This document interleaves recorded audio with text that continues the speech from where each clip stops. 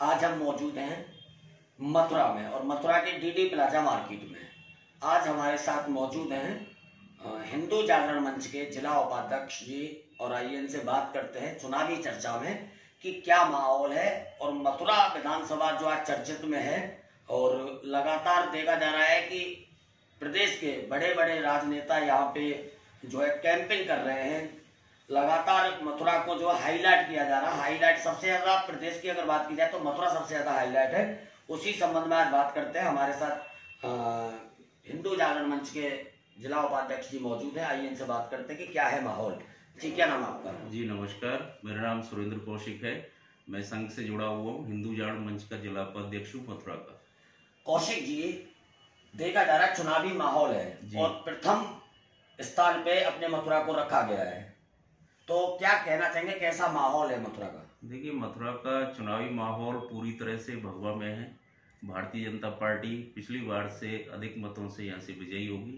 पिछली बार हमारे ऊर्जा मंत्री बने हैं श्रीकांत शर्मा जी, लगभग 1 लाख वोटों से जीते थे और प्रदेश में उनका चौथा या 5वां नंबर था। तो इस बार भी पूरी ताकत से भारतीय जनता पार्टी कार्यकर्ता लगे हुए हैं, वो विजयश्री अवश्य मिलेगी। तो इतना पक्का कैसे कह सकते हैं आपकी विजयश्री मिलेगी? देखिए, जो काम कराए हैं भारतीय जनता पार्टी ने, पहले 14 वर्ष तक यहाँ पर कांग्रेस के प्रदीप माथुर जी विधायक रहे और मथुरा का कोई विकास नहीं हुआ, क्योंकि विकास करने के लिए जरूरी है कि प्रदेश में सरकार उस विधायक की होनी चाहिए। जब सरकार नहीं होगी तो योजनाएं कैसे आएंगी? विधायक हमेशा मुंह ताकेगा प्रदेश सरकार की तरफ। तो उन्होंने 14 साल तक सिर्फ लोगों को भ्रमित रखा और जो पार्षद काम कराता है गली में खरंजे बनाना, वहां तक उन्होंने विकास को सीमित रखा। जो ओवरऑल मथुरा का जो डेवलपमेंट होना चाहिए उससे मथुरा पूरी तरह अछूता रहा और भारतीय जनता पार्टी के माननीय मंत्री जी ने पूरा ओवरऑल विकास कराया है। और यहाँ का जो है स्ट्रक्चरल डेवलपमेंट जो होता है, जो बाहरी स्ट्रक्चर जो मथुरा को उभारना चाहिए था, उस पर बहुत काम किया है।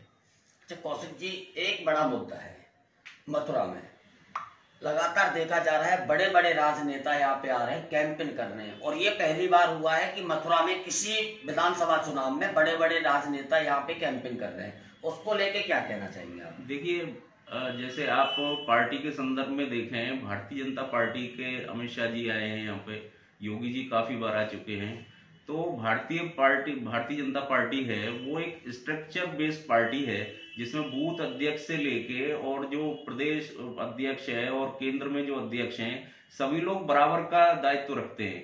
तो ऐसा नहीं है कि कोई सेलिब्रिटी आ रहा है, वो भी एक तरह से पार्टी कार्यकर्ताओं को मोटिवेट करने के लिए वो भी सड़कों पर उतर रहे हैं। तो ये तो हर चुनाव में होता है, मथुरा में ये नहीं हो रहा है, प्रदेश में कहीं पर भी चुनाव होता है तो उसमें पार्टी पूरी तरीके से चुनावी मूड में आती है और काम करती है।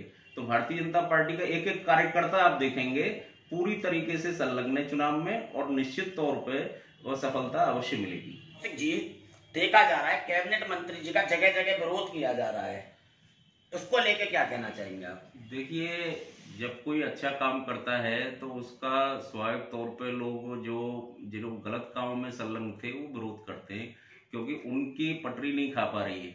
जिस तरीके से मथुरा में जो लोगों ने अपना एक संगठन बना रखा था कि उन्हें दलाली करनी है, वो दलाली उनकी यहाँ हुई नहीं है किसी भी स्तर पे। तो वो लोग एक अनावश्यक उन्होंने एक प्रोपेगेंडा चलाते हैं, वो अब से नहीं चला रहे चुनाव में, वो 5 साल शुरू से पिछले चुनावों से ही चला रहे हैं। और हमारे माननीय मंत्री जी ने कभी भी किसी के खिलाफ कभी कोई शब्द नहीं बोला है और वो एक निष्ठावान पार्टी कार्यकर्ता है। कभी भी उन्होंने किसी को लेके जो अनावश्यक अनर्गल बातें कर रहे हैं उनको कोई जवाब देने की कोशिश भी नहीं की है। तो ये कोई बहुत बड़ी चीजें नहीं है, जनता उनका जवाब देगी, इस चुनाव में उनको जवाब मिल जाएगा। अच्छा कौशिक जी, आप मंत्री जी के करीबी माने जाते हैं और अभी मथुरा में जो चुनावी माहौल है आप देख सकते हैं, एसके शर्मा जी ने बीजेपी छोड़ के बसपा का दामन थामा है, तो उससे कितना असर पड़ेगा?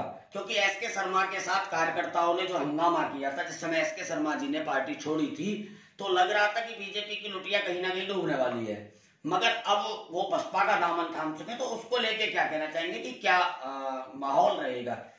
देखिए, एसके शर्मा जी हमारी पार्टी के, भारतीय जनता पार्टी के सम्मानीय व्यक्ति रहे हैं, लेकिन क्या है कि पार्टी एक कैडर बेस्ड पार्टी है, जिसमें जो लोग वर्षों से काम करते हैं वो सभी लोग टिकट के लिए अप्लाई करते हैं।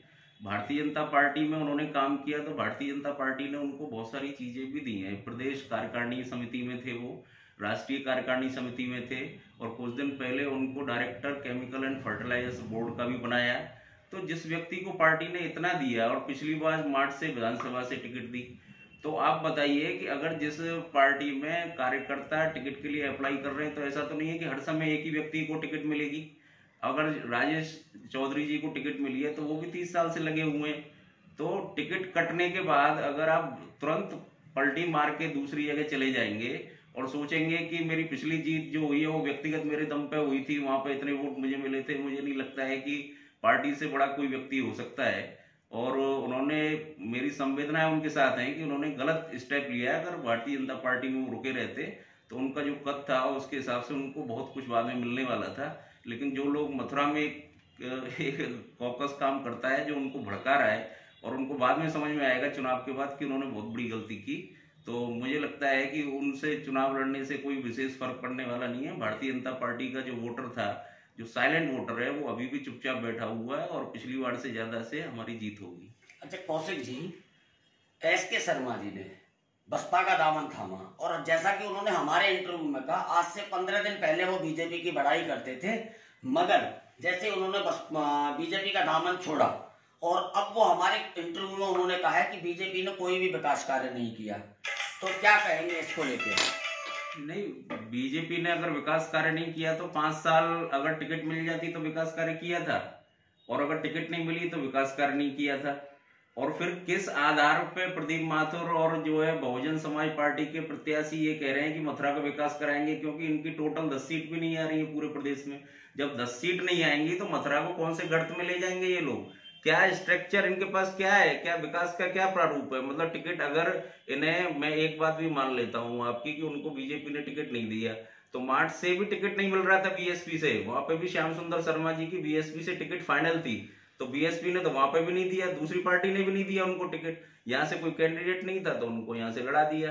अब चुनाव लड़ना ही एक मुद्दा है तो वो स्वतंत्र, कोई व्यक्ति चुनाव लड़ सकता है। लेकिन मैं छोटे मुंह बड़ी बात, वो बड़े व्यक्ति हैं उनके बारे में नहीं कह सकते, लेकिन ये जरूर है कि उन्होंने गलत स्टेप लिया है। पार्टी में अगर पार्टी ने बहुत कुछ दिया है, उनको बहुत सम्मान दिया है, और 5 साल वो विधायक ना रहते हुए भी बहुत सारे काम कराते रहे, तो जिसकी सरकार होगी उसमें पदाधिकारी भी पावरफुल है, तो मुझे लगता है कि उनके जो है बीएसपी में जाने से कोई विशेष फर्क नहीं पड़ेगा। अच्छा, आप मंत्री जी के बहुत करीबी माने जाते हैं, और जैसा कि मंत्री बनने से पहले वो राष्ट्रीय प्रवक्ता थे श्रीकांत शर्मा जी बीजेपी के, तो अगर उनको जीत मिलती है तो क्या क्या मुद्दे रहेंगे, उनके प्राथमिकता रहेगी, किन किन मुद्दों को लेकर मथुरा का विकास कार्य कराएंगे? देखिए, जो माननीय मंत्री जी हैं वो भी एक सामान्य परिवार से निकलकर आज इतनी ऊंचाइयों पर पहुंचे हैं, कोई बैक नहीं था उनके पास। मैं जो है दिल्ली विश्वविद्यालय में उनका जूनियर भी रहा हूँ इसको कॉलेज में, तो मैंने उनको स्ट्रगल करते हुए देखा है, और एक युवा मोर्चा से काम करते हुए, विद्यार्थी परिषद से काम करते हुए, और वो आज इस मुकाम पर पहुंचे हैं तो ईमानदारी और मेहनत से ही पहुंचे हैं। जो लोग अनर्गल बात करते हैं उनको उनके बैकग्राउंड के बारे में बहुत से लोगों को पता ही नहीं है। अच्छा, अब जब मंत्री बनेंगे तो जो विकास कार्यों की जो अब रूपरेखा जो बनी है, उनको असली जामा तो पहनाने का अब समय आ रहा है। भाई जो है, आप ये देखिए कि सरकार को 4.5 साल, पौने 5 साल हुए हैं, अभी 2 साल तो कोरोना में चले गए, घर घर राशन बंटवाया, और फिर सरकार से क्या उम्मीद करते हैं कि 4 साल में, जिसमें 2 साल में सारा फंड जो है पीएम केयर में चला गया विधायकों का, आप मतलब क्या डेवलपमेंट चाह रहे हैं कि 2-2.5 साल में सब कुछ करके रख दें? ऐसा नहीं है। जो रूपरेखा बनी है उसको अब जब मथुरा जब एक पटरी पे आने लगा है तो जरूरी है कि हम भारतीय जनता पार्टी की सरकार बनाएं, और जो है दंगा मुक्त प्रदेश और जो है विकास की जो राह बनी है उसको हम आगे चलाते चलें।